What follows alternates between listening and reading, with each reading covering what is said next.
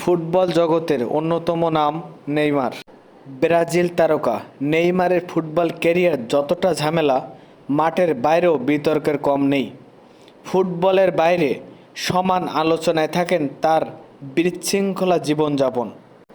সৌদির ক্লাব ছেড়ে দ্বিতীয় দফায় সান্তোসের ফিরছেন নেইমার। তবে ভালো চেয়ে নেতিবাচক খবরই বেশি শিরোনামে হচ্ছে।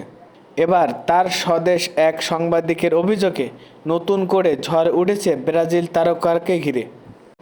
তার অভিযোগ, নেইমার নাকি মদ ও তামাকের নেশায় আসক্ত, ভোর ৫টার আগে ঘুমাতে যান না।